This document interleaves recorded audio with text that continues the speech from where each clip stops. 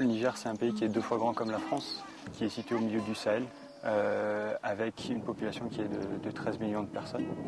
C'est une population qui est métissée, avec des populations nomades dans la zone nord et des populations plutôt sédentaires et agricoles dans la zone sud.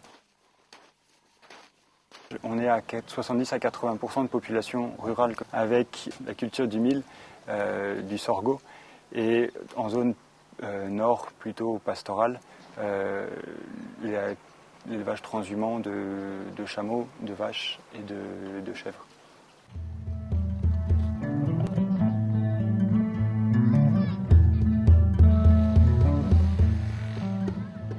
Au Niger, on a différents problèmes au niveau sanitaire. On a une couverture sanitaire qui est extrêmement faible.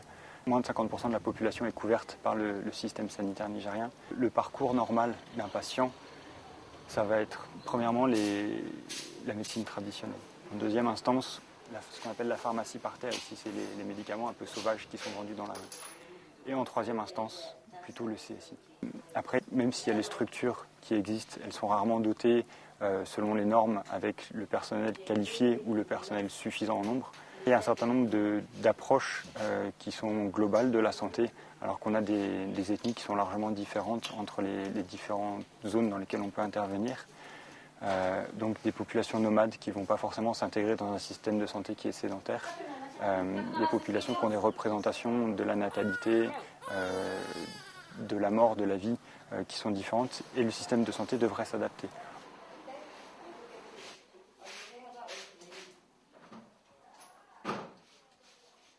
MDM s'est réimplanté au Niger en mars 2006 suite à la crise alimentaire. Donc on a fait le choix de ne pas intervenir directement dans l'urgence, mais plus d'axer notre travail sur les questions de développement. Donc on travaille en partenariat avec les autorités sanitaires sur l'appui à l'accès aux soins et le renforcement de la qualité. On a renforcé pendant 6 mois l'ensemble des structures de santé en les réhabilitant, en les dotant en matériel, on va dire, pour que la machine fonctionne. Et puis ensuite, voilà, comment améliorer l'accès aux soins à travers de la formation du personnel.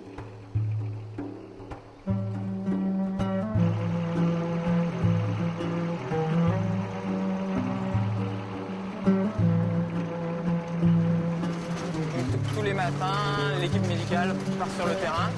Donc il y a 4 personnes dans l'équipe médicale et chacun va sur un centre de santé. Donc les centres sont distants de 15 à 30 km, ce qui fait entre 40 minutes et 1h30 de piste. Parfois les centres de santé sont un petit peu plus inaccessibles, surtout pendant la saison des pluies. Il faut passer par les plateaux et certains centres de santé se retrouvent à 2h, 2h30 de distance.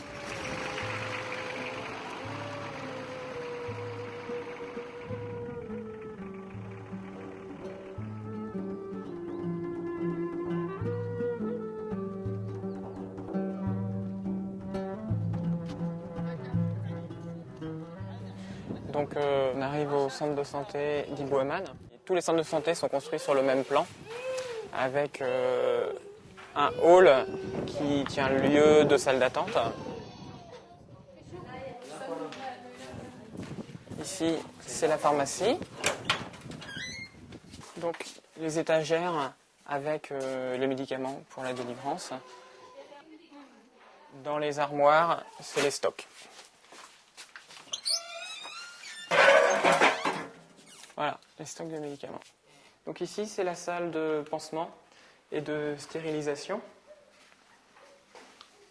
Donc le nécessaire pour faire des pansements avec les antiseptiques, les compresses, le frigo pour les vaccins qui fonctionne au gaz.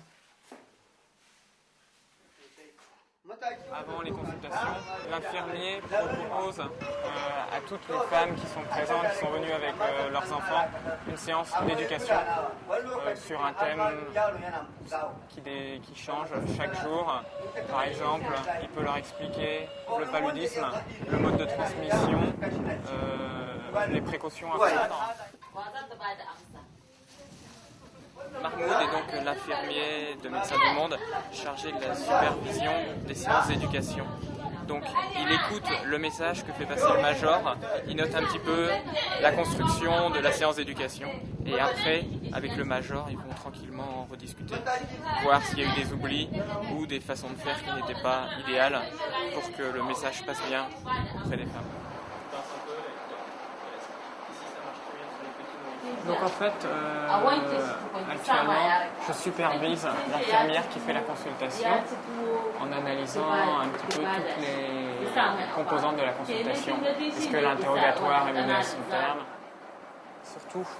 Surtout, faut pas souffler dessus, parce que nous c'est pas forcément des microbes, mais si on a des microbes dans la bouche et qu'on souffle dessus, après mettre dans la bouche d'un enfant, d'un nourrisson qui est forcément plus fragile, c'est pas bon. Là, c'est juste pour regarder s'il est correctement hydraté, donc on voit comment est la langue. Tu montes ta langue, petit gars. Allez. Les lacunes, je pense que c'est vraiment dans la conduite de la consultation pour aboutir au diagnostic. Peut-être que l'interrogatoire n'est pas assez policier, n'est pas assez poussé pour bien définir tous les symptômes. Est-ce que le diagnostic et le traitement sont les bons? Également, après je lui demanderai si elle a donné des bons conseils au niveau de l'hygiène, au niveau de la prise du traitement.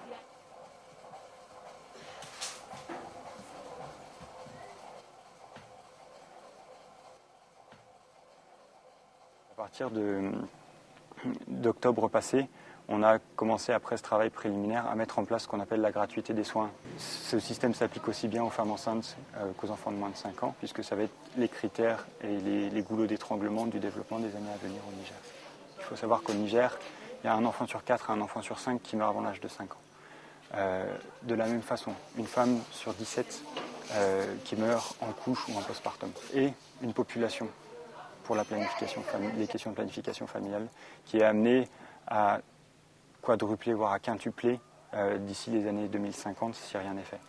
Donc ces personnes-là viennent au CSI sans payer. C'est l'État qui va payer pour eux. Les résultats qui sont enregistrés sont largement encourageants. Au jour d'aujourd'hui, on a fait plus que doubler. On a eu une augmentation de 120% des consultations curatives des enfants de moins de 5 ans.